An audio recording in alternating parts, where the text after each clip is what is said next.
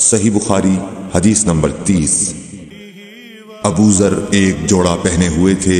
اور ان کا غلام بھی جوڑا پہنے ہوئے تھا۔ سبب دریافت کیا گیا تو کہنے لگے کہ میں نے ایک شخص یعنی غلام کو برا بھلا کہا تھا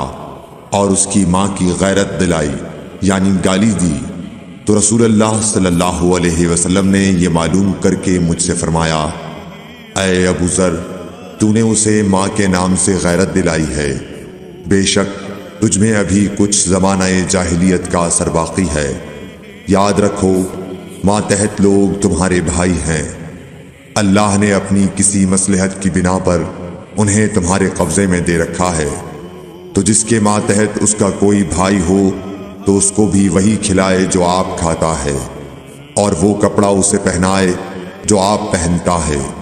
اور ان کو اتنے کام کی تکلیف نہ دو کہ ان کے لیے مشکل ہو جائے، اور اگر کوئی سخت کام ڈالو تو تم خود بھی ان کی مدد کرو۔